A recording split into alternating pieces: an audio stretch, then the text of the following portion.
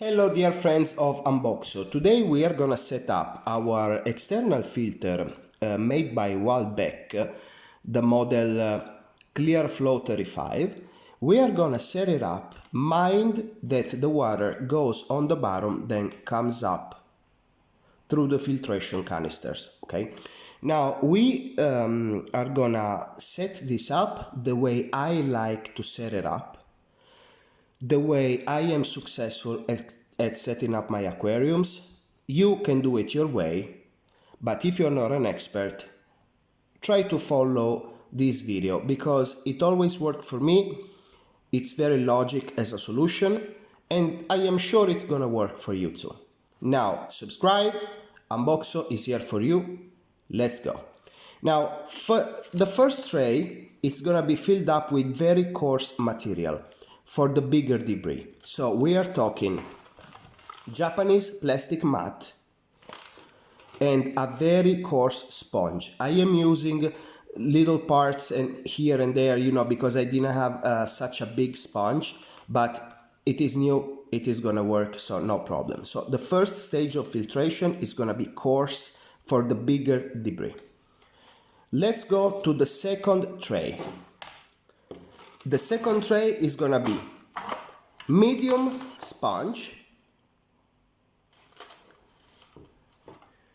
then polish sponge, which has a little bit of a smaller porosity, okay? Then I am gonna filter with some polish aquarium polyester pad, okay? So the water is getting cleaner and cleaner from the biggest debris in order to get it to the last stage of filtration for the biological filtration or the chemical filtration or both. So let's put this in.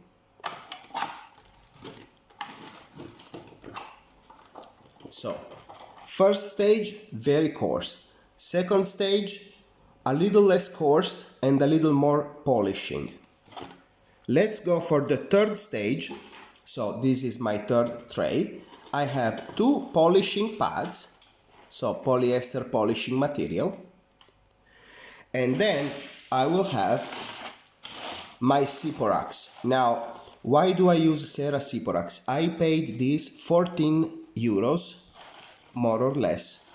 And this material, I find it to be very porous, and I find it to be the best porous material to filter biologically the water of my aquariums. Now, I know there are a lot of cheaper materials you can get. You can use bio balls, you can use whatever you want. But sinterized glass is the most bacteria surface possible out there. So it's a very great material. It doesn't cost that much. I mean, we can use something very good for our fish, right? We love them. We want them to thrive. We want them to be fine. We want them to be very healthy all the time. So we are gonna try our best, all right? Now, you can add in the remaining space some chemical filtration. For example, if you just used some medicines on your fish, you can filter it through carbon, so you can get your water cleaned. And if you have some tannin into your water because you have driftwood, for example, you can use some resins, or again, you can use some charcoal in order to get the discoloration out of the water.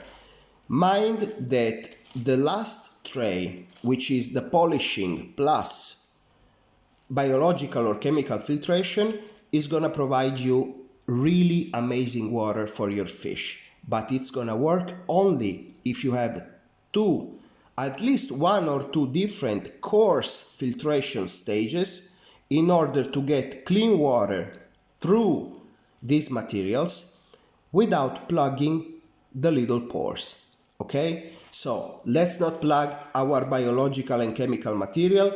Let's use very wisely our external filtration, and let's be happy with our little fish tank and fish keeping. Okay, subscribe to this channel, give me the opportunity of providing you with better content every week. and have a very good Sunday.